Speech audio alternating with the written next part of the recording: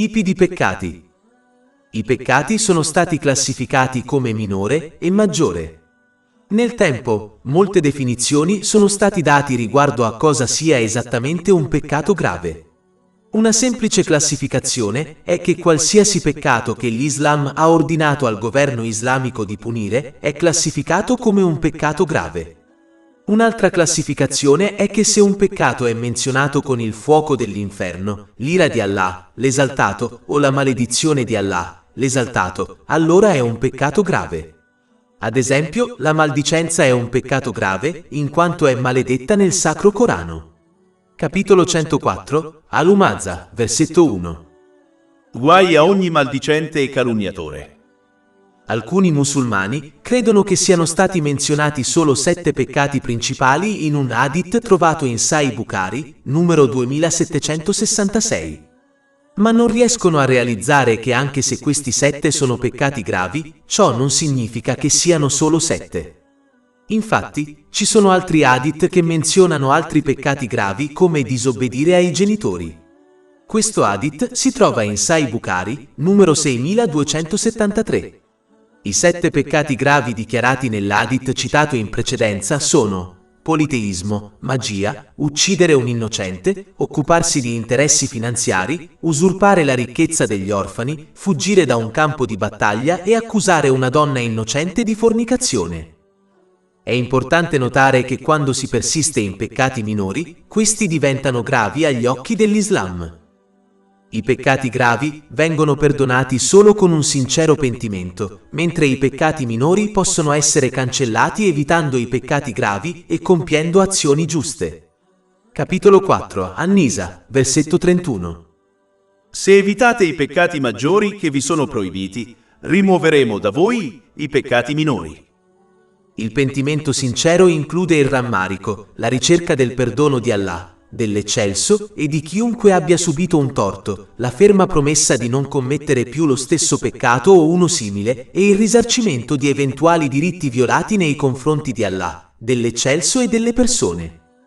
I musulmani dovrebbero garantire, evitano tutti i tipi di peccati indipendentemente dalla loro dimensione, poiché una delle trappole del diavolo è che ispira i musulmani a ignorare i piccoli peccati. Bisogna sempre ricordare che le montagne sono fatte di piccole pietre. Nei capitoli seguenti verranno esaminati alcuni dei peccati più gravi. Politeismo.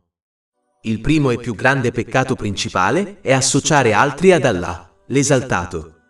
Ciò è stato confermato dal santo profeta Mohammed, pace e benedizioni su di lui, in un hadith trovato in Sahih Bukhari, numero 6273. Il politeismo può essere classificato come maggiore e minore. Il tipo maggiore è quando si adora più di un dio. Se una persona muore in questo stato, non verrà perdonata.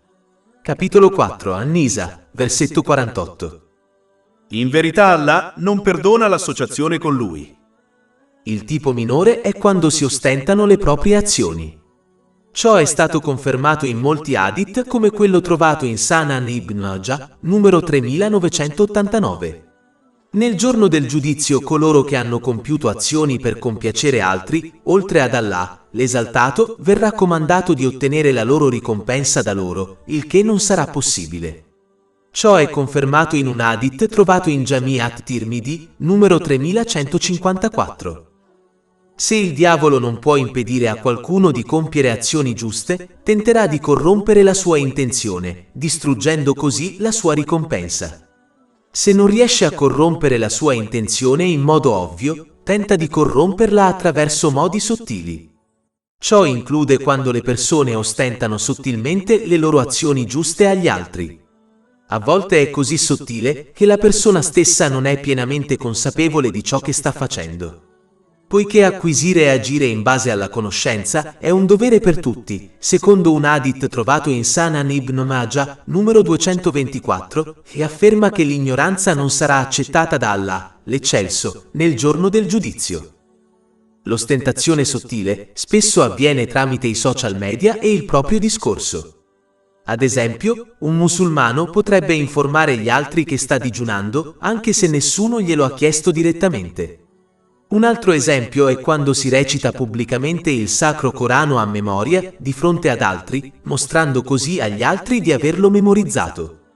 Anche criticare se stessi pubblicamente può essere considerato un modo per mostrare la propria umiltà agli altri.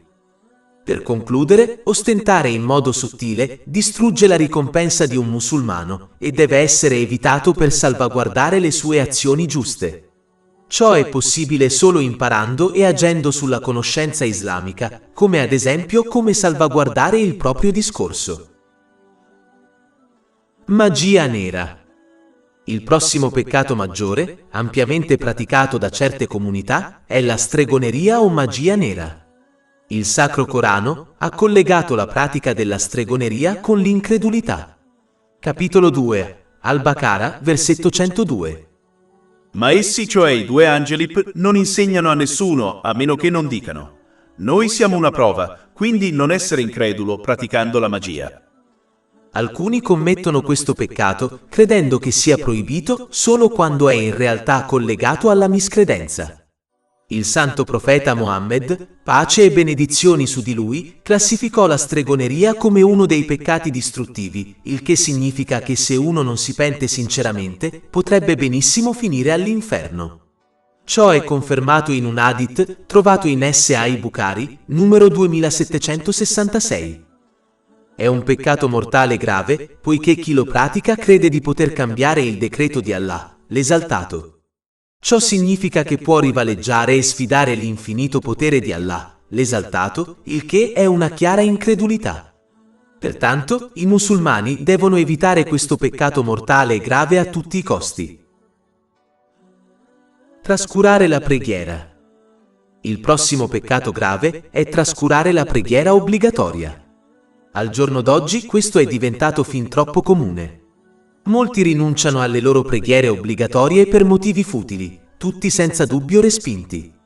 Se l'obbligo della preghiera non è stato rimosso per colui che è impegnato in battaglia, come può essere rimosso per chiunque altro? Capitolo 4, An-Nisa, versetto 102. E quando tu, cioè, il comandante di un esercito, sei tra loro e li guidi nella preghiera, lascia che un gruppo di loro stia in preghiera con te e che portino le loro armi. E quando si sono prostrati, lascia che siano in posizione dietro di te e fai venire avanti l'altro gruppo che non ha ancora pregato e lascia che preghi con te, prendendo precauzioni e portando le loro armi. Né il viaggiatore né il malato sono esentati dall'offrire le loro preghiere obbligatorie. Al viaggiatore è stato consigliato di ridurre la quantità di cicli in alcune delle preghiere obbligatorie per ridurre il peso per loro, ma non sono stati esentati dall'offrirle. Capitolo 4, An-Nisa, versetto 101. E quando viaggiate per tutto il paese, non c'è colpa per voi se abbreviate la preghiera. Ai malati è stato consigliato di eseguire l'abluzione a secco se il contatto con l'acqua può danneggiarli. Capitolo 5, Al-Maidah, versetto 6. Ma se siete malati o in viaggio, o uno di voi torna dal luogo dove si deve espletare i propri bisogni, o avete contattato delle donne e non trovate acqua, allora cercate della terra pulita e asciugatevi il viso e le mani con essa.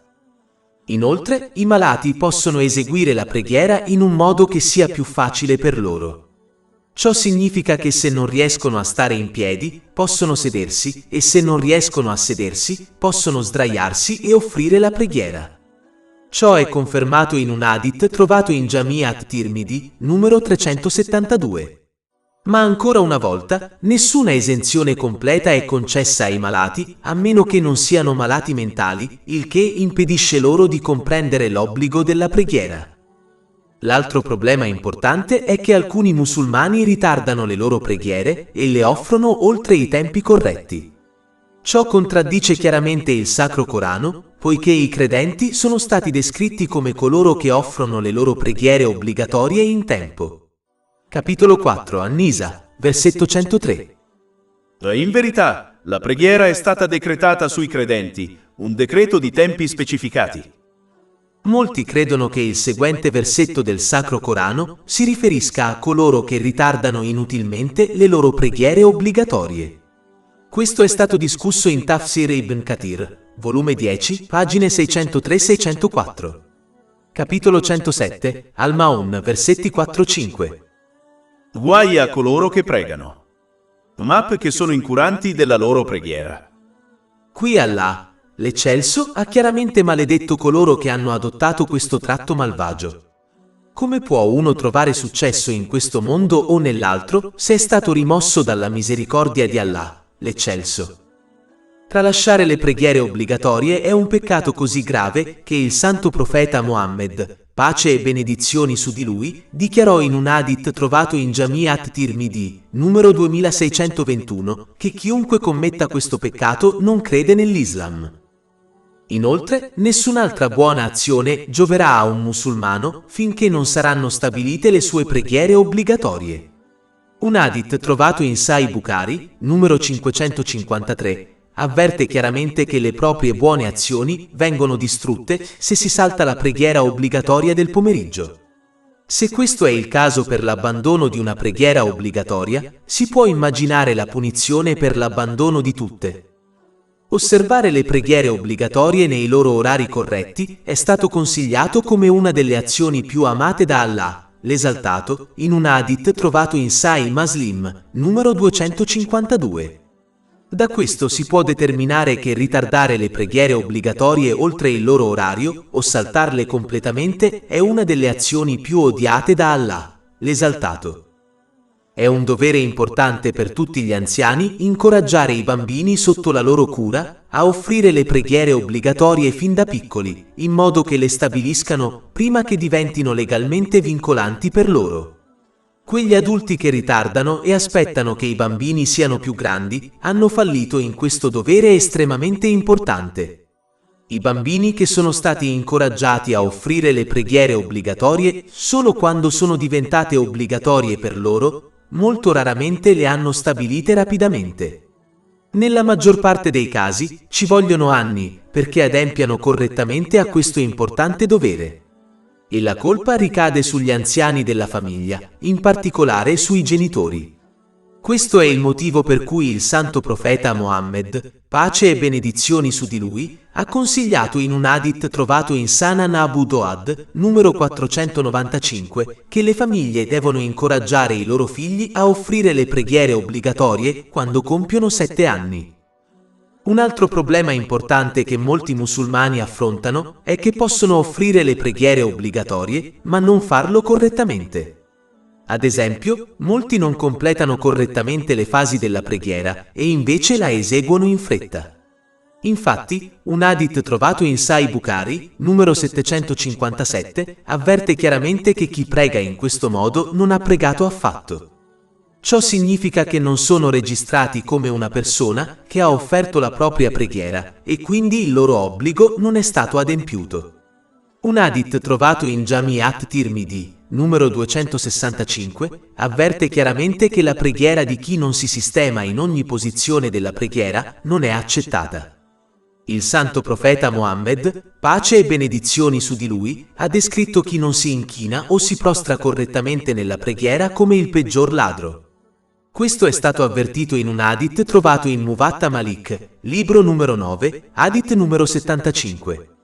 Sfortunatamente, molti musulmani che hanno trascorso decenni offrendo le loro preghiere obbligatorie e molte volontarie come questa, scopriranno che nessuna di esse è stata conteggiata e quindi saranno trattati come qualcuno che non ha adempiuto al proprio obbligo. Ciò è confermato in un hadith trovato in Sunan an-Nasai, numero 1313. Trascurare di donare l'obbligatoria beneficenza. Il prossimo peccato grave è non donare la carità obbligatoria. Severi avvertimenti su questo peccato sono stati dati nel Sacro Corano e negli hadith del santo profeta Muhammad, pace e benedizioni su di lui. Ad esempio, un hadith trovato in Sahih Bukhari, numero 1403, avverte che la persona che non dona la sua carità obbligatoria incontrerà un grande serpente velenoso che la morderà continuamente nel giorno del giudizio. Capitolo 3 Ale Imran, versetto 180. E coloro che avidamente trattengono ciò che Allah ha dato loro della sua generosità, non pensino mai che sia meglio per loro. Piuttosto è peggio per loro. I loro colli saranno circondati da ciò che hanno trattenuto nel giorno della resurrezione. Secondo un hadith trovato in Sanan ibn Majah, numero 4019, quando i membri di una società trattengono la carità obbligatoria a Allah, l'eccelso, trattenerà la pioggia e se non fosse per gli animali non lascerebbe piovere affatto. Questo grave peccato è quindi una potenziale causa dei lunghi periodi di siccità che alcune nazioni affrontano. Non offrire la carità obbligatoria è un segno di estrema avidità, poiché è solo una porzione estremamente piccola della propria ricchezza, vale a dire il 2,5%. È chiaro che l'avaro è lontano da Allah, l'esaltato, la gente è vicino all'inferno. Ciò è confermato in un hadith trovato in Jami' at-Tirmidhi, numero 1961. I musulmani devono capire che donare la carità obbligatoria non solo li protegge dalla punizione, ma porta anche benedizioni nella propria vita che superano di gran lunga la ricchezza donata. Infatti, il santo profeta Mohammed, pace e benedizioni su di lui, ha chiarito in un hadith trovato in Sahih Muslim, numero 6592, che la carità non diminuisce la propria ricchezza. Ciò significa che quando si dona a Allah, l'eccelso ricompensa. Ad esempio, fornisce loro opportunità di business che li fanno guadagnare più ricchezza di quella che hanno donato. Questo rimborso è confermato in molti punti del Sacro Corano, ad esempio, capitolo 57, Al-Hadid, versetto 11.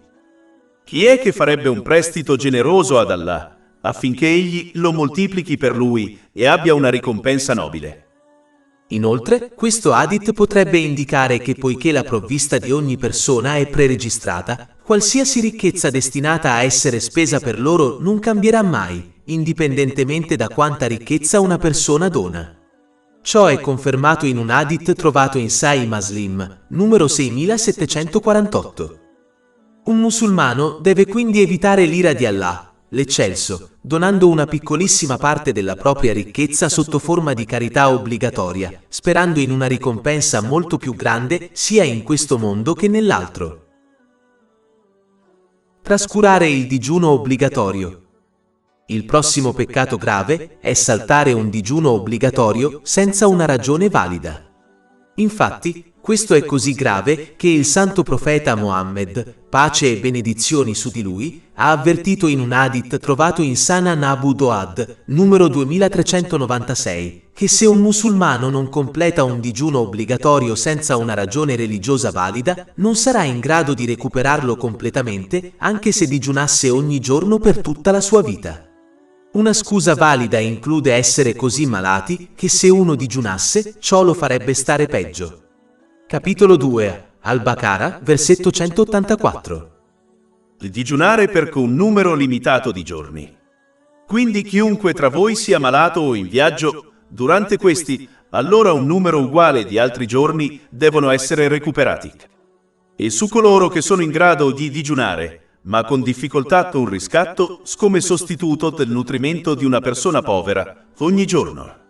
E chiunque si offre volontariamente del bene, cioè l'eccesso è meglio per lui. Ma digiunare è meglio per voi, se solo lo sapeste. Trascurare il santo pellegrinaggio. Il prossimo peccato maggiore è purtroppo abbastanza comune tra le persone oggigiorno, vale a dire non riuscire a completare il pellegrinaggio sacro obbligatorio quando si è in grado di farlo. Queste sono le persone che sono obbligate a compierlo e si trovano in una situazione in cui possono tuttavia ritardarlo inutilmente. Capitolo 3 Ale Imran, versetto 97. E dovuto ad Allah da parte della gente c'è un pellegrinaggio alla casa per chiunque sia in grado di trovare una via per arrivarci. Il santo profeta Mohammed, pace e benedizioni su di lui, ha dato un severo avvertimento in un hadith trovato in Jami' at-Tirmidhi, numero 812, secondo cui se un musulmano è in grado di compiere il suo obbligatorio pellegrinaggio sacro e non lo fa, allora potrebbe morire come un non musulmano. Purtroppo, i musulmani spesso ritardano questo importante dovere con scuse scadenti, non comprendendo quanto sia serio. Mancare di rispetto ai genitori. Il prossimo peccato grave è essere irrispettosi verso i propri genitori. Essere gentili con i genitori è una caratteristica ampiamente nota tra i musulmani, ma sfortunatamente molti non riescono a soddisfare questo importante dovere. Allah, l'Eccelso, ha posto l'essere gentili con i genitori accanto al solo adorare Lui in molti punti del Sacro Corano, come nel capitolo 17 all'Isra, versetto 23. E il tuo Signore ha decretato che tu non adori se non Lui, e ai genitori un buon trattamento. Se uno o entrambi raggiungono la vecchiaia mentre sono con te, non dire loro nemmeno uff, uno, e non respingerli, ma rivolgi loro una parola nobile. Infatti questo stesso versetto proibisce ai musulmani di pronunciare anche una sola parola per fastidio verso i genitori. In un altro punto del Sacro Corano, Allah, l'Eccelso, ha unito l'essere grati a Lui con l'essere grati ai genitori. Capitolo 31, Luqman, versetto 14. Siate grati a me e ai vostri genitori. Sebbene esistano innumerevoli hadith che comandano di trattare i genitori con gentilezza, un singolo hadith trovato in Sunan Ibn Majah, numero 3662, è sufficiente per comprenderne l'importanza. Il santo profeta Mohammed, pace e benedizioni su di lui, rispose a qualcuno che metteva in dubbio quali fossero i diritti dei genitori, dichiarando che essi sono il paradiso o l'inferno di un bambino. Ciò significa che se uno tratta i propri genitori con gentilezza per amore di Allah, l'Esaltato, può benissimo essere ammesso in paradiso per questo. Ma coloro che maltrattano i propri genitori possono benissimo essere gettati all'inferno per questo. Anche se essere obbedienti ai genitori, finché non comporta la disobbedienza ad Allah, l'Eccelso, è molto difficile, specialmente al giorno d'oggi i musulmani dovrebbero cercare di rimanere pazienti e non discutere con i loro genitori. Se un musulmano non è d'accordo con loro, può e dovrebbe comunque mantenere rispetto per loro in ogni momento. Usura e interesse finanziario. L'interesse finanziario indica l'importo che un prestatore riceve da un mutuatario a un tasso di interesse fisso. Al tempo della rivelazione del Sacro Corano erano praticate molte forme di transazioni di interessi. Una di queste era che il venditore vendeva un articolo e fissava un limite di tempo per il pagamento del prezzo, stabilendo che se l'acquirente non avesse pagato entro il periodo di tempo specificato, avrebbe esteso il limite di tempo, ma aumentato il prezzo dell'articolo. Un'altra era che una persona prestava una somma di denaro a un'altra persona e stabiliva che il mutuatario avrebbe dovuto restituire un importo specificato in eccesso rispetto all'importo prestato entro un dato limite di tempo. Una terza forma di transazione di interessi era che il mutuatario e il venditore concordavano che il primo avrebbe rimborsato il prestito entro un certo limite a un tasso di interesse fisso e che se non fossero riusciti a farlo entro il limite, il prestatore avrebbe esteso il limite di tempo, ma allo stesso tempo avrebbe aumentato il tasso di interesse. Sono transazioni come queste che si applicano le ingiunzioni qui menzionate. Coloro che credono in questo non riescono a distinguere tra il profitto ottenuto da un investimento lecito e l'interesse finanziario. Come risultato di questa confusione, alcuni sostengono che se il profitto sul denaro investito in un'attività è lecito, perché il profitto ricavato da un prestito dovrebbe essere considerato illecito.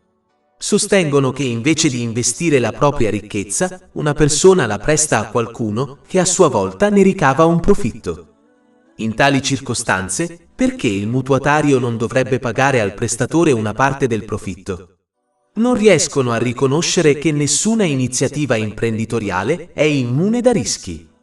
Nessuna iniziativa comporta una garanzia assoluta di profitto. Pertanto, non è giusto che il finanziatore da solo debba essere considerato avente diritto a un profitto a un tasso fisso in tutte le circostanze e debba essere protetto da qualsiasi possibilità di perdita.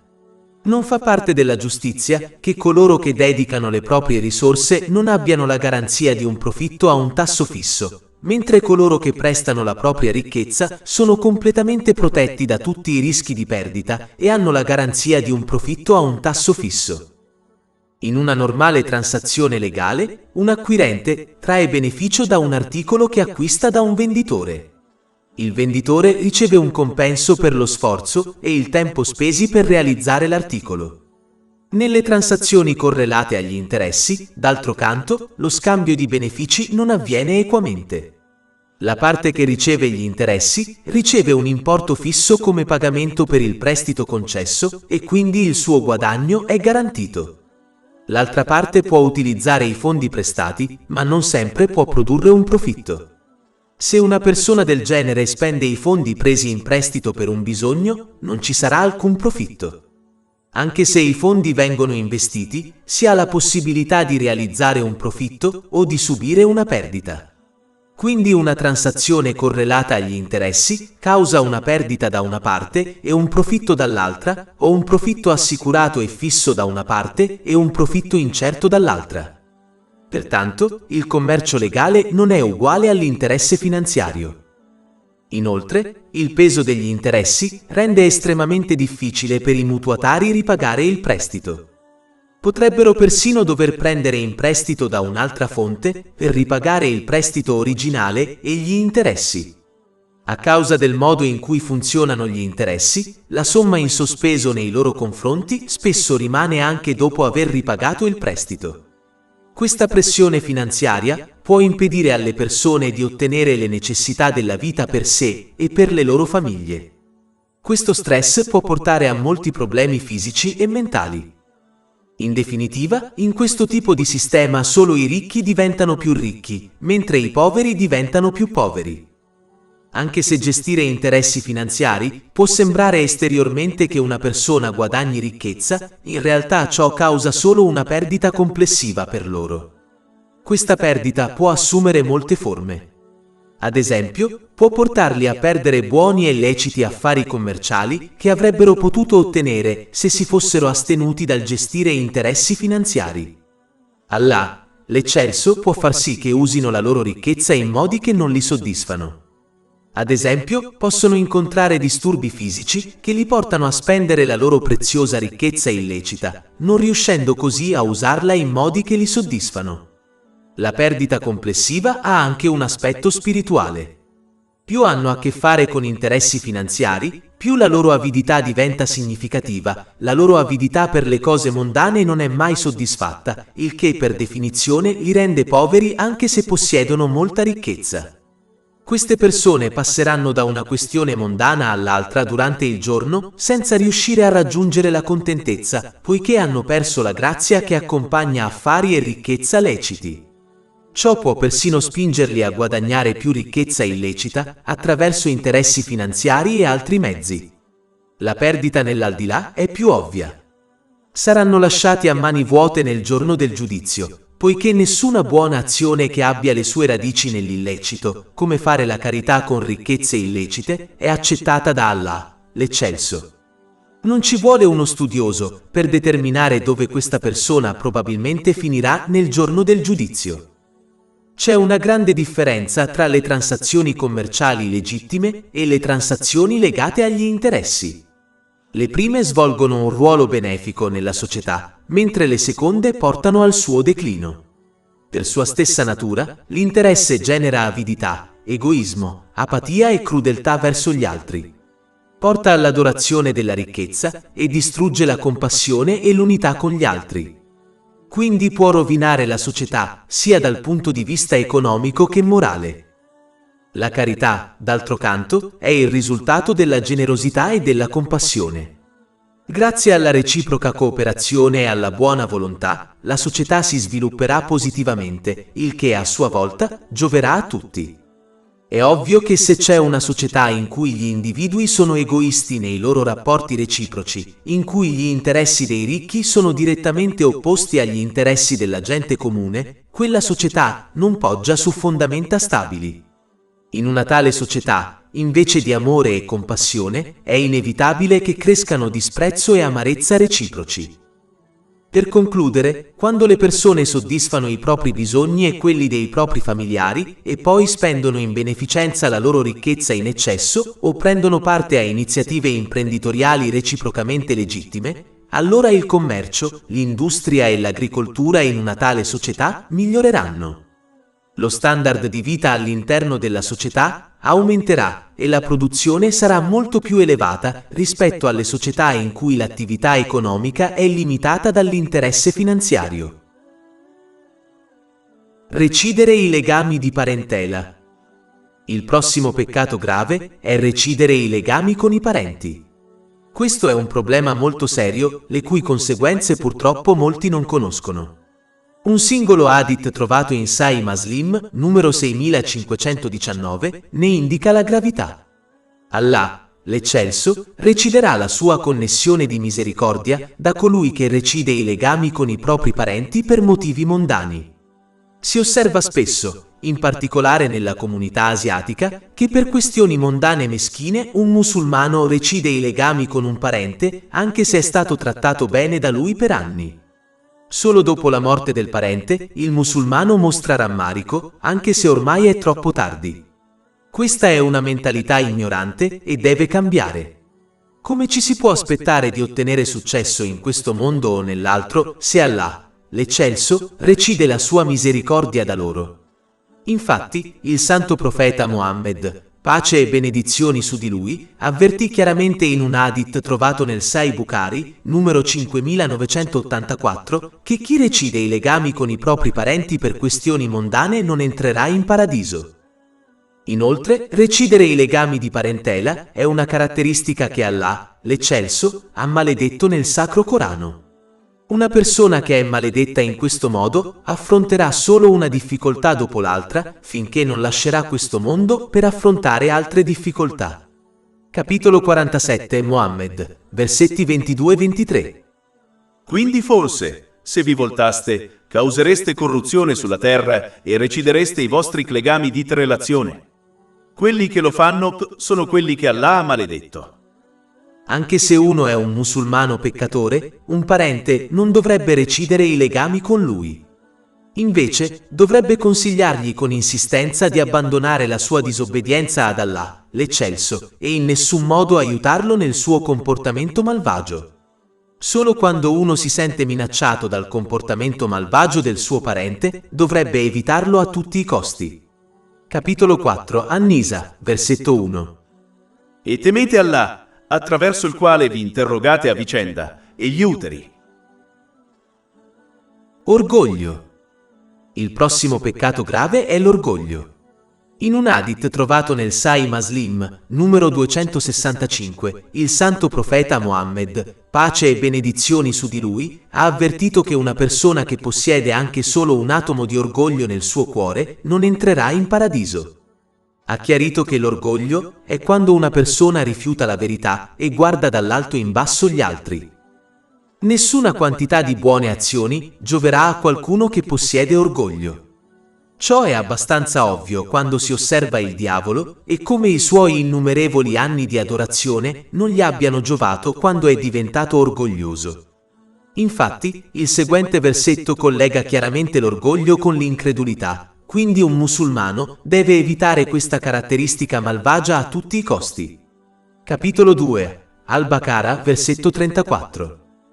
E qui menziona quando dicemmo agli angeli, prosternatevi davanti ad Adamo, così si prosternarono, eccetto Iblis. Egli rifiutò e fu arrogante e divenne uno dei miscredenti. L'orgoglioso è colui che rifiuta la verità quando gli viene presentata semplicemente perché non proviene da lui e perché sfida i suoi desideri e la sua mentalità. La persona orgogliosa crede anche di essere superiore agli altri, anche se non è consapevole del suo fine ultimo e del fine ultimo degli altri. Questa è pura ignoranza. In realtà, è sciocco essere orgogliosi di qualsiasi cosa, visto che Allah, l'Esaltato, ha creato e concesso tutto ciò che una persona possiede. Persino le azioni giuste che compie sono dovute solo all'ispirazione, alla conoscenza e alla forza concesse da Allah, l'Eccelso. Pertanto, essere orgogliosi di qualcosa che non gli appartiene innatamente è pura follia. Questo è proprio come una persona che diventa orgogliosa di una villa che non possiede o in cui non vive. Questo è il motivo per cui l'orgoglio appartiene ad Allah, l'Esaltato, poiché Lui solo è il creatore e il proprietario innato di tutte le cose. Chi sfida Allah, l'Esaltato, nell'orgoglio sarà gettato all'inferno. Ciò è stato confermato in un hadith trovato in Sunan Abu Dawud, numero 4090. Un musulmano dovrebbe invece seguire le orme del santo profeta Mohammed, pace e benedizioni su di lui, e adottare l'umiltà. Gli umili riconoscono veramente che tutto il bene che possiedono e tutto il male da cui sono protetti non provengono da nessuno tranne Allah, l'esaltato. Pertanto, l'umiltà è più adatta a una persona dell'orgoglio. Una persona non dovrebbe essere ingannata nel credere che l'umiltà porti alla disgrazia, poiché nessuno è stato più onorato degli umili servitori di Allah, l'esaltato. Infatti, il santo profeta Mohammed, pace e benedizioni su di lui, ha garantito un aumento di status per colui che adotta l'umiltà per amore di Allah, l'esaltato, in un hadith trovato in Jami' at-Tirmidhi, numero 2029. Spergiuro. Il prossimo peccato grave è la falsa testimonianza. In un hadith trovato in Sahih Bukhari, numero 2673, il santo profeta Mohammed, pace e benedizioni su di lui, ha avvertito che colui che agisce come falso testimone per prendere illegalmente i beni degli altri incontrerà Allah, l'esaltato, mentre è arrabbiato con loro. È importante notare che questo si applica all'appropriazione dei beni di tutte le persone, indipendentemente dalla loro fede. Questo sarà il risultato anche se si obbedisce ad Allah, l'eccelso, in altri aspetti della propria vita, come l'offerta delle preghiere obbligatorie. Sfortunatamente, questo accade comunemente, soprattutto nei paesi del terzo mondo, dove i musulmani presentano false denunce nei tribunali legali per prendere qualcosa che non appartiene loro, come ricchezza e proprietà. Secondo un hadith trovato in Sahih Bukhari, numero 2654, è uno dei più grandi peccati maggiori. Infatti, questo hadith pone la falsa testimonianza accanto al politeismo e alla disobbedienza ai genitori. Infatti Allah l'Eccelso ha fatto lo stesso nel Sacro Corano. Capitolo 22, Al-I, versetto 30. Evitate quindi l'impurità degli idoli ed evitate la falsa dichiarazione. Un hadith trovato in Sunan Ibn Majah, numero 2373, dà un severo avvertimento a una persona che non si pente sinceramente di essere un falso testimone. Se non si pente, non si muoverà nel giorno del giudizio finché Allah, l'Eccelso, non lo manderà all'inferno. Infatti, colui che agisce come falso testimone per prendere qualcosa a cui non ha diritto, verrà mandato all'inferno, anche se la cosa che ha preso era un ramoscello di un albero. Ciò è confermato in un hadith trovato in Sahih Muslim, numero 353. Essere un falso testimone è un peccato così grave che include molti altri peccati terribili, come la menzogna. Il falso testimone commette un peccato contro la persona contro cui sta testimoniando. Questo peccato non sarà perdonato da Allah, l'Eccelso, finché la vittima non lo perdonerà per prima. Se non lo fa, le buone azioni del falso testimone saranno date alla vittima e, se necessario, i peccati della vittima saranno dati al falso testimone per stabilire giustizia nel giorno del giudizio. Ciò potrebbe causare la caduta del falso testimone all'inferno.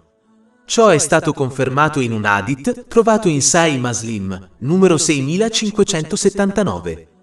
Il falso testimone commette anche un peccato se testimonia a favore di qualcun altro, in modo che quest'ultimo possa prendere qualcosa a cui non ha diritto. Questo atteggiamento sfida chiaramente il comando del Sacro Corano, che consiglia ai musulmani di non aiutarsi a vicenda nel male, ma di aiutarsi a vicenda nelle cose buone. Capitolo 5, Al-Maidah, versetto 2. E cooperate nella giustizia e nella pietà, ma non cooperate nel peccato e nell'aggressione. Il falso testimone commetterà anche altri peccati, usando qualcosa che è diventato illecito a causa del modo in cui è stato ottenuto.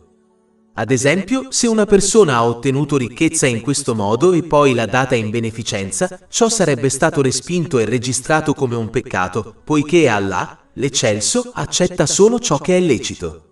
Ciò è confermato in un hadith trovato in Sahih Muslim, numero 2342.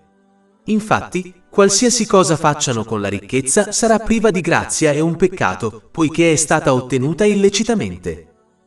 È un dovere di tutti i musulmani dire sempre la verità, sia nelle normali conversazioni quotidiane che sotto giuramento in un caso giudiziario. Mentire in tutte le forme porta a peccati che a loro volta portano all'inferno. Chi continua a mentire sarà registrato come un grande bugiardo da Allah, l'esaltato. Non ci vuole uno studioso per capire cosa è più probabile che accada nel giorno del giudizio a qualcuno che è stato etichettato come un grande bugiardo da Allah, l'esaltato. Questo è stato avvertito in un hadith trovato in Jami' at-Tirmidhi, numero 1971.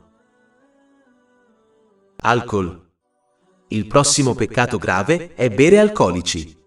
In un hadith trovato in Sunan Ibn Majah, numero 3371, il santo profeta Mohammed, pace e benedizioni su di lui, ha avvertito che un musulmano non deve mai consumare alcolici, poiché è la chiave di ogni male.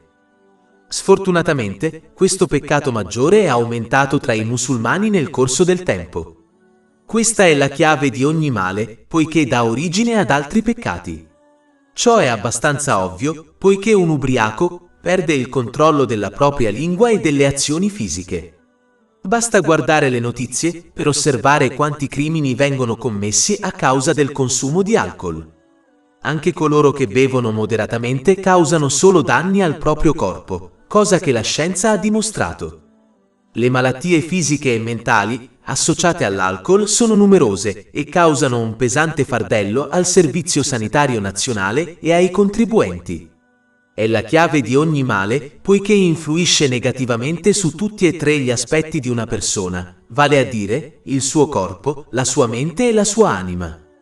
Capitolo 5, Al-Maidah, versetto 90.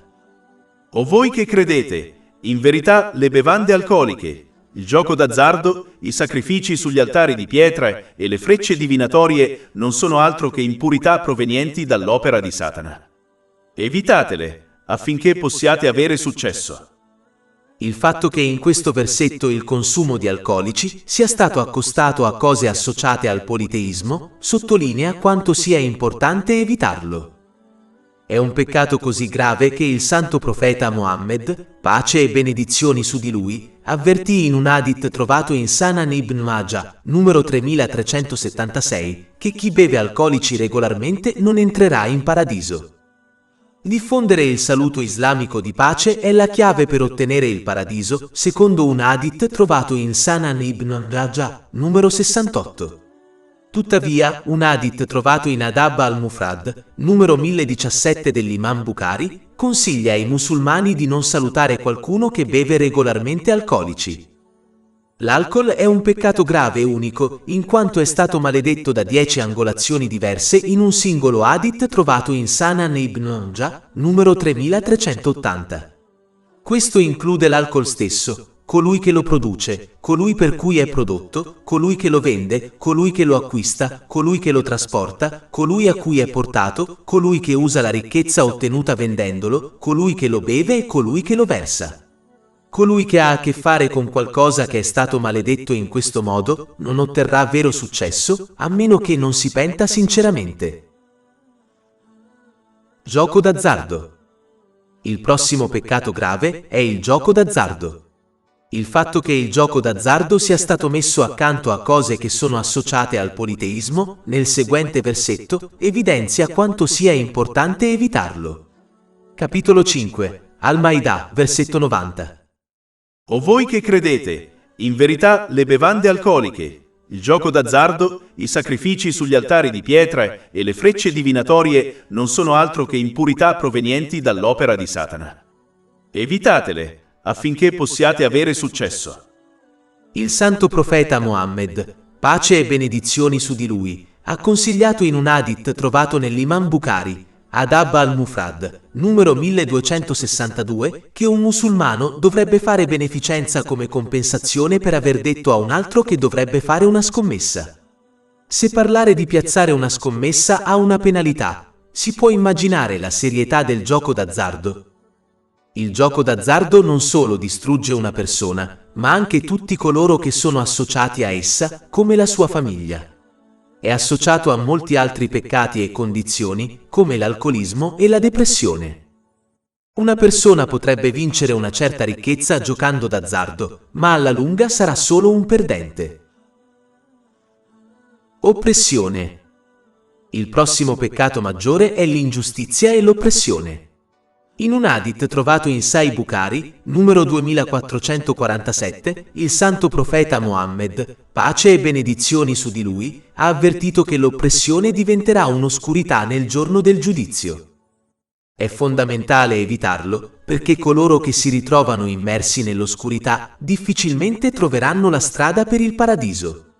Solo coloro a cui verrà fornita una luce guida saranno in grado di farlo con successo.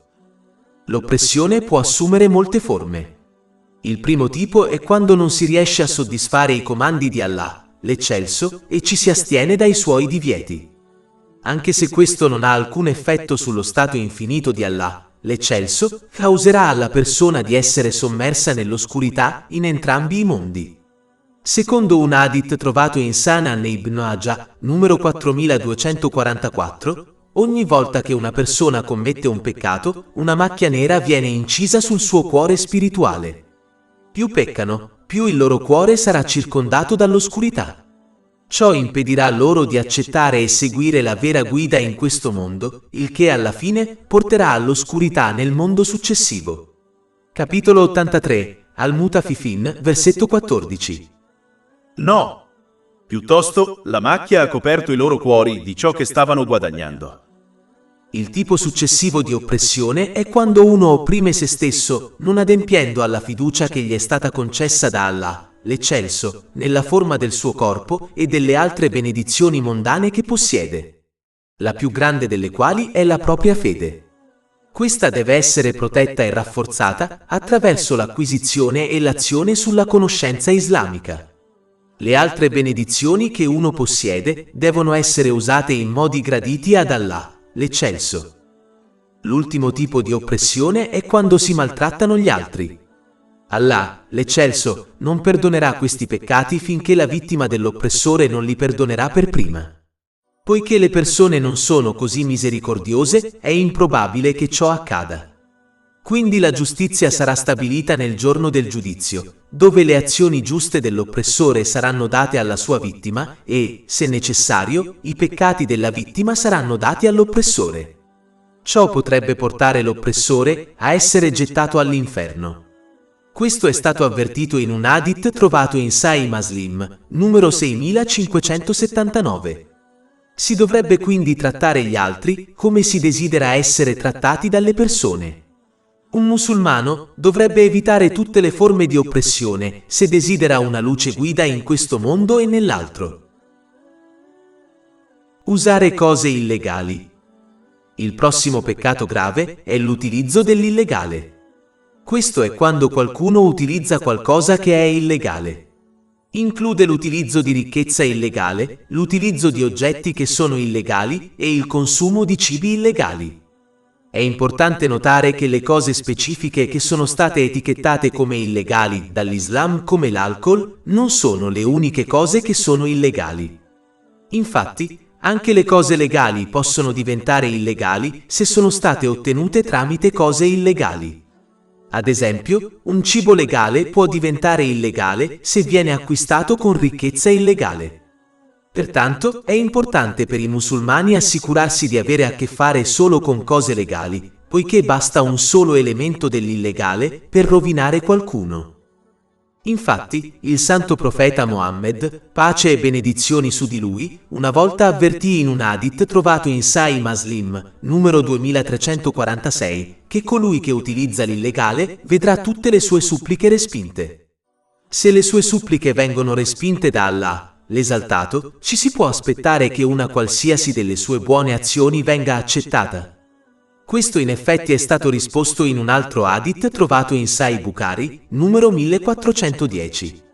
Il santo profeta Mohammed, pace e benedizioni su di lui, avvertì chiaramente che Allah, l'esaltato, accetta solo il lecito. Pertanto, qualsiasi azione che abbia un fondamento nell'illegale come compiere il santo pellegrinaggio con ricchezza illecita verrà respinta. Infatti, il santo profeta Mohammed, pace e benedizioni su di lui, avvertì in un hadith trovato in Sahih Bukhari, numero 3118, che questo tipo di persona sarà mandato all'inferno nel giorno del giudizio. Capitolo 2, Al-Baqarah, versetto 188.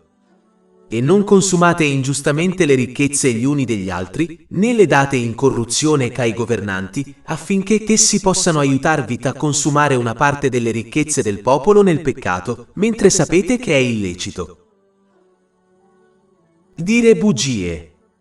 Il secondo peccato grave è probabilmente quello più comune, mentire in modo persistente. Sfortunatamente, mentire è un peccato fin troppo comune nella società odierna, anche se il santo profeta Mohammed, pace e benedizioni su di lui, ha specificamente etichettato questo peccato come un aspetto dell'ipocrisia. Ciò è stato confermato in un hadith trovato in Sahih Bukhari, numero 2459. Mentire è inaccettabile, che si tratti di una piccola bugia o quando si mente per scherzo. Infatti, chi mente per far ridere la gente, ovvero il cui scopo non è ingannare qualcuno, è stato maledetto 3 volte in un hadith trovato in Jami' at-Tirmidhi, numero 2315. Se mentire mentre si scherza è maledetto, allora si può immaginare la serietà di mentire mentre si tenta di ingannare gli altri. Un altro tipo di bugia popolare, che le persone spesso dicono credendo che non sia un peccato, è quando mentono ai bambini. Questo è senza dubbio un peccato secondo gli hadith, come quello trovato in Sunan Abu Dawud, numero 4991. È pura follia mentire ai bambini, poiché adotteranno questa abitudine peccaminosa solo dall'anziano che mente a loro.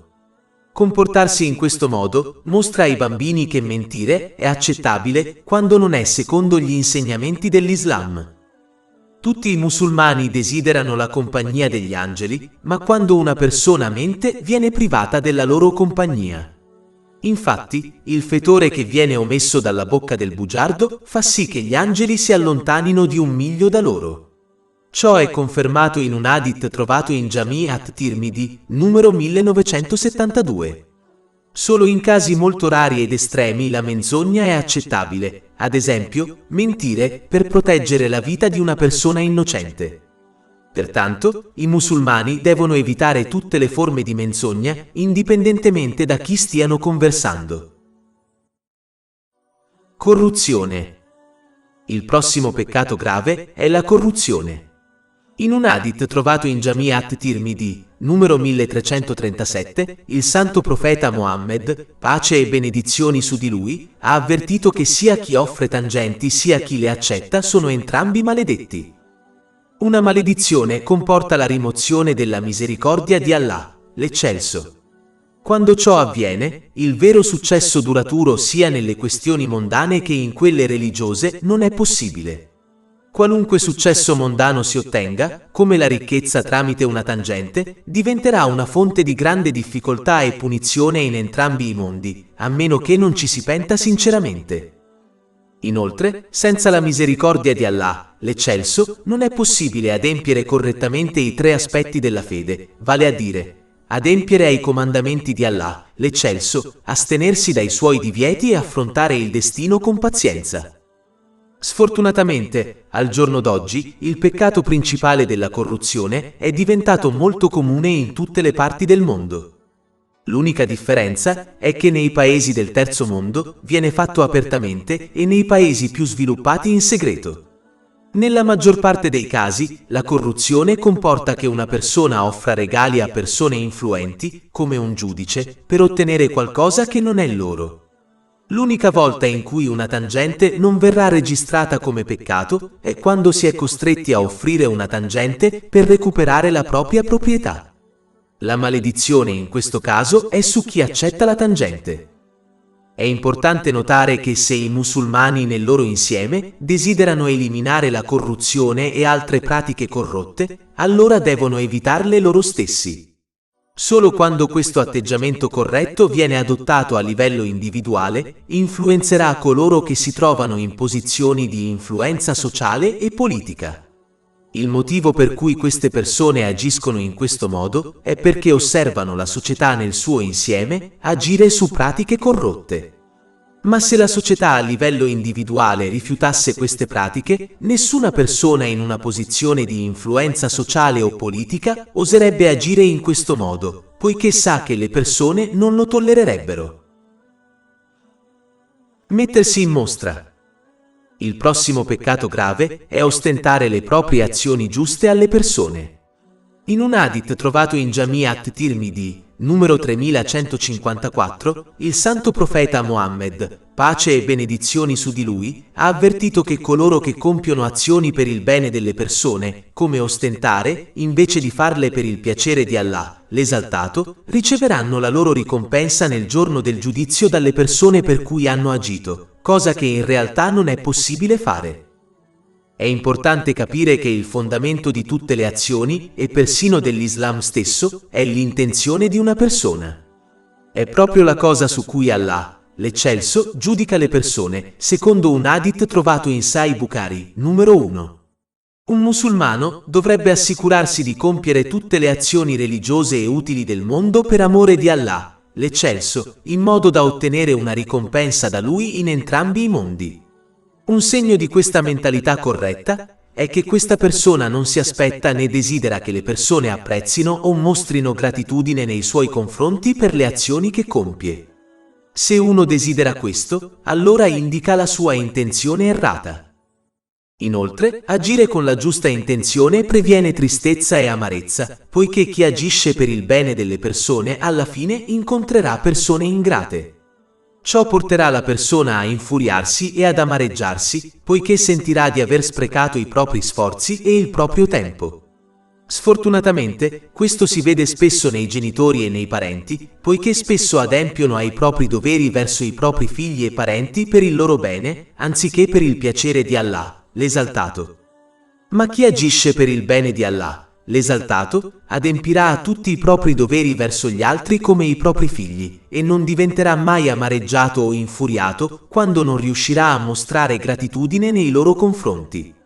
Questo atteggiamento porta alla pace della mente e alla felicità generale, poiché sa che Allah, l'esaltato, è pienamente consapevole della propria azione giusta e li ricompenserà per essa. Questo è il modo in cui tutti i musulmani devono agire, altrimenti potrebbero benissimo rimanere a mani vuote nel giorno del giudizio. Abuso della conoscenza islamica. Il prossimo peccato grave è acquisire conoscenza islamica per motivi mondani o accumularla. In un hadith trovato in Sunan Ibn Majah, numero 253, il santo profeta Muhammad, pace e benedizioni su di lui, ha avvertito che chi ottiene conoscenza religiosa per mettersi in mostra con gli studiosi, discutere con gli altri o attirare l'attenzione su di sé andrà all'inferno. Anche se il fondamento di ogni bene, sia in questioni mondane che religiose, è la conoscenza, i musulmani devono capire che la conoscenza li avvantaggerà solo quando correggeranno per primi la loro intenzione. Ciò significa che si sforzano di ottenere e agire sulla conoscenza per compiacere Allah, l'Eccelso. Tutte le altre ragioni porteranno solo a una perdita di ricompensa e persino di punizione se un musulmano non si pente sinceramente. In realtà, la conoscenza è come l'acqua piovana che cade su diversi tipi di alberi. Alcuni alberi crescono grazie a quest'acqua per avvantaggiare altri, come un albero da frutto. Mentre altri alberi crescono grazie a quest'acqua e diventano un fastidio per altri. Anche se l'acqua piovana è la stessa in entrambi i casi, il risultato è molto diverso. Allo stesso modo, la conoscenza religiosa è la stessa per le persone, ma se si adotta l'intenzione sbagliata, allora diventerà un mezzo per la loro distruzione. Al contrario, se si adotta l'intenzione corretta, diventerà un mezzo per la loro salvezza. I musulmani dovrebbero quindi correggere la loro intenzione in tutte le questioni, poiché saranno giudicati su questo. Ciò è confermato in un hadith trovato in Sahih Bukhari, numero 1. E dovrebbero ricordare che una delle prime persone ad entrare all'inferno sarà uno studioso che ha ottenuto la conoscenza solo per mettersi in mostra con gli altri. Questo è stato avvertito in un hadith trovato in Sahih Muslim, numero 4923. Ottenere e agire sulla conoscenza utile con la corretta intenzione è una vera conoscenza benefica. Chiunque nasconda la conoscenza senza una ragione valida sarà imbrigliato con il fuoco nel giorno del giudizio. Ciò è confermato in un hadith trovato in Jami' at-Tirmidhi, numero 2649. Pertanto, i musulmani devono condividere la conoscenza utile che hanno ottenuto con gli altri. È semplicemente sciocco non farlo, poiché questa è una delle azioni giuste che andranno a beneficio di un musulmano anche dopo la sua morte. Ciò è stato consigliato in un hadith trovato in Sunan Ibn Majah, numero 241. Coloro che hanno accumulato la conoscenza sono stati dimenticati dalla storia, ma coloro che l'hanno condivisa con gli altri sono diventati noti come gli studiosi e gli insegnanti dell'umanità. Contare i favori. Il prossimo peccato grave è ricordare agli altri i favori che hanno fatto loro, come la carità. Senza dubbio, questo annulla la ricompensa del favore che hanno fatto. Capitolo 2. Al-Baqarah, versetto 264. O voi che credete, non invalidate le vostre elemosine con richiami o ingiurie. È un peccato così grave che il santo profeta Mohammed, pace e benedizioni su di lui, avvertì in un hadith trovato in Sunan an-Nasai, numero 2563, che chi ricorda agli altri i favori che hanno fatto loro non entrerà in paradiso. È importante per un musulmano capire che se uno agisce e aiuta gli altri per amore di Allah, l'esaltato, allora dovrebbe cercare una ricompensa da lui. Ma se ricorda agli altri i favori che ha fatto loro, dimostra solo che ha agito per il bene delle persone, il che significa che desidera una sorta di compensazione dalle persone. A coloro che compiono azioni giuste per il bene delle persone, verrà detto di ottenere la loro ricompensa da loro nel giorno del giudizio, il che non sarà possibile. Ciò è confermato in un hadith trovato in Jami' at-Tirmidhi, numero 3154. Spionaggio. Il prossimo peccato maggiore è spiare gli altri per scoprire difetti che sono stati nascosti da Allah, l'esaltato. Capitolo 49, Al-Hujurat, versetto 12. E non spiare. Il santo profeta Mohammed, pace e benedizioni su di lui, ha avvertito in un hadith trovato in Sahih Bukhari, numero 7042, che chiunque spieghi gli altri, ad esempio intrufolandosi nelle loro conversazioni private, nel giorno del giudizio gli verrà versato piombo fuso nelle orecchie. I musulmani dovrebbero capire che se Allah, l'eccelso, è onnisciente e tuttavia nasconde i difetti degli altri, allora i musulmani che possiedono una conoscenza limitata data da Dio non dovrebbero spiare gli altri con l'intenzione di scoprire i loro difetti e problemi personali. Chiunque scopra i difetti degli altri avrà i propri difetti esposti da Allah, l'eccelso. Ciò è confermato in un hadith trovato in Sunan Ibn Majah, numero 2546. Invece i musulmani dovrebbero agire sull'altra parte di questo hadith, che è nascondere i difetti degli altri, in modo che Allah, l'eccelso, nasconda i loro difetti. Portatore di storie. Il prossimo peccato grave è il pettegolezzo e la diffusione di pettegolezzi. In un hadith trovato nel Sahih Muslim, numero 290, il santo profeta Mohammed, pace e benedizioni su di lui, ha avvertito che chi diffonde pettegolezzi maligni non entrerà in paradiso. Questo è colui che diffonde pettegolezzi, veri o no, e porta a problemi tra le persone, relazioni fratturate e rotte. Questa è una caratteristica malvagia, e coloro che si comportano in questo modo sono in realtà diavoli umani, poiché questa mentalità non appartiene ad altri che al diavolo. Egli si sforza sempre di causare separazione tra le persone. Allah, l'eccelso, ha maledetto questo tipo di persona nel Sacro Corano. Capitolo 104, Al-Humazah, versetto 1. Guai a ogni schernitore e beffardo. Come ci si può aspettare che Allah, l'eccelso, risolva i loro problemi e li benedica, se questa maledizione li ha circondati? L'unica volta in cui è accettabile raccontare storie è quando si avvisano gli altri di un pericolo. È dovere di un musulmano non prestare attenzione a chi racconta storie, poiché sono persone malvagie di cui non ci si può fidare o a cui non si dovrebbe credere. Capitolo 49, Al-Hujurat, versetto 6. O voi che credete, Se viene a voi un disobbediente con delle informazioni, indagate per non danneggiare un popolo per ignoranza. Un musulmano dovrebbe proibire all'attore di continuare con questa caratteristica malvagia e spingerlo a pentirsi sinceramente. Come comandato nel Sacro Corano, un musulmano non dovrebbe nutrire alcun rancore nei confronti della persona che presumibilmente ha detto qualcosa di male su di lui. Capitolo 49, Al-Ujura, versetto 12. O voi che avete creduto, evitate molte supposizioni negative. In verità, alcune supposizioni sono peccato.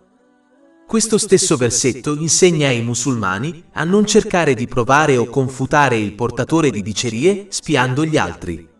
Capitolo 49, Al-Ujura, versetto 12. E non spiare. Invece, il portatore di storie dovrebbe essere ignorato. Un musulmano non dovrebbe menzionare le informazioni fornitegli dal portatore di storie a un'altra persona o menzionare il portatore di storie, poiché ciò lo renderebbe anche lui un portatore di storie. I musulmani dovrebbero evitare di raccontare storie e di stare in compagnia di chi racconta storie, perché non saranno mai degni di fiducia o di compagnia finché non si pentiranno sinceramente. Rompere le promesse. Il prossimo peccato grave è rompere le promesse intenzionalmente e non essere degni di fiducia. Sfortunatamente, alcuni musulmani agiscono come se non fossero ritenuti responsabili delle loro promesse. Capitolo 17 Al-Isra, versetto 34. E adempiere ogni impegno. In effetti, l'impegno è sempre ciò su cui si verrà interrogati. Questo include tutti i trust che uno possiede da Allah, l'Esaltato, e dalle persone. Ogni benedizione che uno possiede è stata affidata a lui da Allah, l'Esaltato. L'unico modo per soddisfare questi trust è usare le benedizioni nel modo che è gradito ad Allah, l'Esaltato. Questo assicurerà che ottengano ulteriori benedizioni, poiché questa è vera gratitudine. Capitolo 14 Ibrahim, versetto 7. E ricorda quando il tuo Signore proclamò: se siete riconoscenti, certamente vi aumenterò in favore. Anche i trust tra le persone sono importanti da rispettare. Chi è stato affidato ai beni di qualcun altro non dovrebbe abusarne e usarli solo secondo i desideri del proprietario. Uno dei più grandi trust tra le persone è mantenere segrete le conversazioni, a meno che non ci sia un ovvio vantaggio nell'informare gli altri. Sfortunatamente, questo è spesso trascurato dai musulmani. La più grande delle promesse che un musulmano ha fatto è con Allah, l'Eccelso, che è di obbedirgli sinceramente. Ciò implica l'adempimento dei suoi comandi, l'astensione dai suoi divieti e l'affrontare il destino con pazienza. Anche tutte le altre promesse fatte alle persone devono essere mantenute, a meno che non si abbia una scusa valida, in particolare quelle che un genitore fa con i figli. Rompere le promesse insegna solo ai figli un cattivo carattere e li incoraggia a credere che essere ingannevoli sia una caratteristica accettabile da possedere. In un hadith trovato in Sahih Bukhari, numero 2227, Allah, l'Eccelso, dichiara che sarà contro colui che fa una promessa in suo nome e poi la rompe senza una scusa valida. Come può avere successo colui che ha Allah, l'Eccelso, contro di sé nel giorno del giudizio? Lutto incontrollato.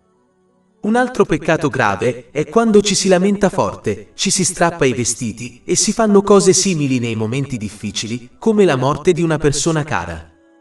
Ci sono molti hadith che lo dimostrano, come quello trovato in Sunan Abu Dawud, numero 3128, che ha maledetto la persona che si lamenta in un momento di afflizione. Sfortunatamente, alcune comunità musulmane credono di non aver dimostrato il loro amore per il defunto e i loro parenti finché non si lamentano pubblicamente. Questo è in effetti un doppio peccato, poiché si lamentano in un momento di afflizione, il che è un peccato grave, ma lo fanno anche per mettersi in mostra agli altri, il che è un altro peccato. Sfortunatamente, alcuni credono che non sia permesso piangere in momenti di difficoltà, come la perdita di una persona cara. Questo è sbagliato poiché il santo profeta Mohammed, pace e benedizioni su di lui, pianse in molte occasioni quando qualcuno morì. Ad esempio, pianse quando morì suo figlio Ibrahim, che Allah sia soddisfatto di lui.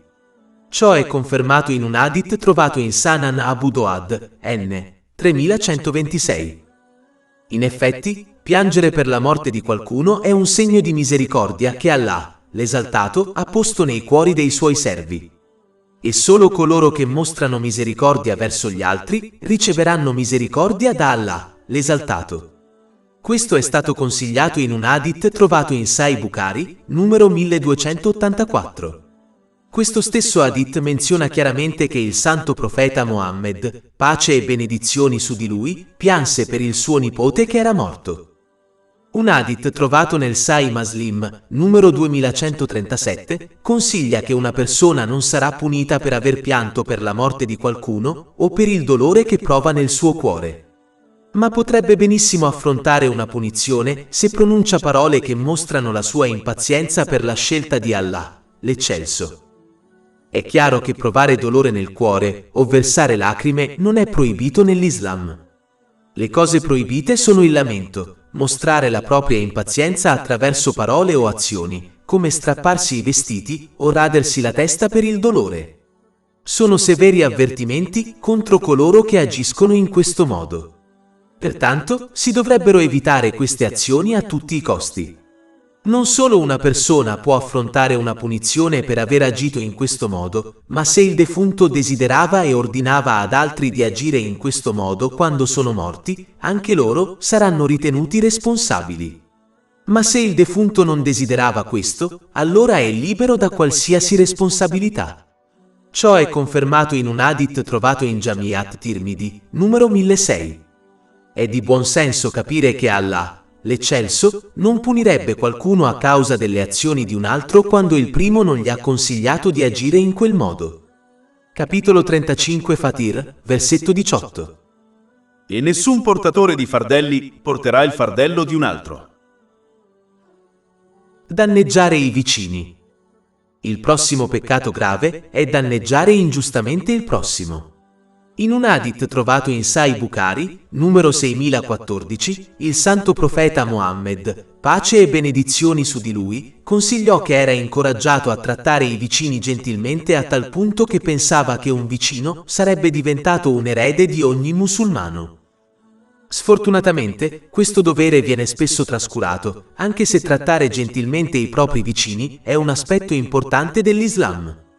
Innanzitutto, è importante notare che il vicino di una persona nell'Islam include tutte quelle persone che vivono entro 40 case in ogni direzione verso la casa di un musulmano. Ciò è confermato nell'Adab al-Mufrad, numero 109 dell'Imam Bukhari. Il santo profeta Mohammed, pace e benedizioni su di lui, una volta collegò la fede in Allah, l'Eccelso, e nel giorno del giudizio al trattare gentilmente un vicino in un hadith trovato in Sahih Muslim, numero 174. Questo hadith da solo è sufficiente a indicare la serietà del trattare gentilmente i vicini. Un hadith trovato in Adab al-Mufrad, numero 119 dell'Imam Bukhari, avverte che una donna che adempisse ai suoi doveri obbligatori e offrisse molta adorazione volontaria sarebbe andata all'inferno perché maltrattava i suoi vicini attraverso le sue parole. Se questo è il caso di chi danneggia il suo vicino attraverso le parole, si può immaginare la serietà del danneggiare fisicamente il proprio vicino. Un musulmano deve essere paziente quando viene maltrattato dal suo vicino. Infatti, un musulmano dovrebbe trattarlo gentilmente in casi come questo. Ripagare il bene con il bene non è difficile. Un buon vicino è colui che ripaga il male con il bene. Un musulmano dovrebbe rispettare lo spazio privato della proprietà del vicino, ma allo stesso tempo salutarlo e offrirgli aiuto senza essere troppo invadente.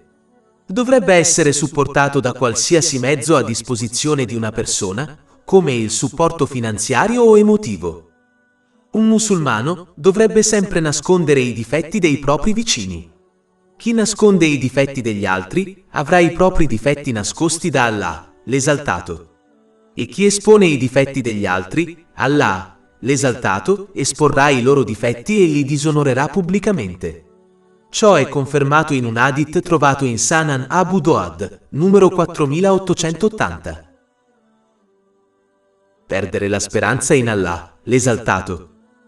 Il prossimo peccato grave è perdere la speranza nell'infinita misericordia di Allah, l'Esaltato. Capitolo 12 Yusuf, versetto 87. In verità, nessuno dispera del sollievo di Allah eccetto i miscredenti. In un hadith trovato in Jamiat Tirmidhi, numero 2459, il santo profeta Mohammed, pace e benedizioni su di lui, descrisse la differenza tra la vera speranza nella misericordia di Allah, l'Esaltato, e il desiderio ardente. La vera speranza è quando si controlla la propria anima evitando la disobbedienza di Allah, l'Esaltato, e si lotta attivamente per prepararsi all'aldilà. Mentre lo sciocco sognatore ardente segue i propri desideri e poi si aspetta che Allah, l'Esaltato, lo perdoni e soddisfi i suoi desideri. È importante che i musulmani non confondano questi due atteggiamenti in modo da evitare di vivere e morire come un pio desiderio, poiché è altamente improbabile che questa persona abbia successo in questo mondo o nell'altro. Il pio desiderio è come un contadino che non prepara la terra per la semina, non pianta i semi, non annaffia la terra e poi si aspetta di raccogliere un raccolto enorme. Questa è pura follia e questo contadino è altamente improbabile che abbia successo. Mentre la vera speranza è come un contadino che prepara la terra, pianta i semi, annaffia la terra e poi spera che Allah, l'Eccelso, lo benedica con un raccolto enorme. La differenza fondamentale è che colui che possiede la vera speranza si sforzerà attivamente di obbedire ad Allah, l'Eccelso, adempiendo ai suoi comandi, astenendosi dai suoi divieti e affrontando il destino con pazienza, secondo le tradizioni del santo profeta Mohammed, pace e benedizioni su di lui. E ogni volta che sbagliano, si pentono sinceramente. Mentre il pensatore desideroso non si impegnerà attivamente nell'obbedire ad Allah, l'Eccelso, e invece seguirà i propri desideri e si aspetterà ancora che Allah, l'Eccelso, li perdoni e soddisfi i loro desideri. I musulmani devono quindi imparare la differenza fondamentale in modo che possano abbandonare il pensiero desideroso e invece adottare la vera speranza in Allah, l'Eccelso, che non porta mai a nulla se non al bene e al successo in entrambi i mondi. Ciò è stato indicato in un hadith trovato in Sahih Bukhari, numero 7405. Conclusione. I musulmani dovrebbero acquisire la conoscenza necessaria per evitare peccati minori e maggiori. Devono anche pentirsi di tutti i peccati, maggiori e minori, e sforzarsi di evitarli in futuro a tutti i costi, sperando nella misericordia e nel perdono di Allah, l'Eccelso. Oltre 400 ebook, audiolibri, infografiche, podcast e blog gratuiti disponibili sul nostro sito web www.shaykhpod.com.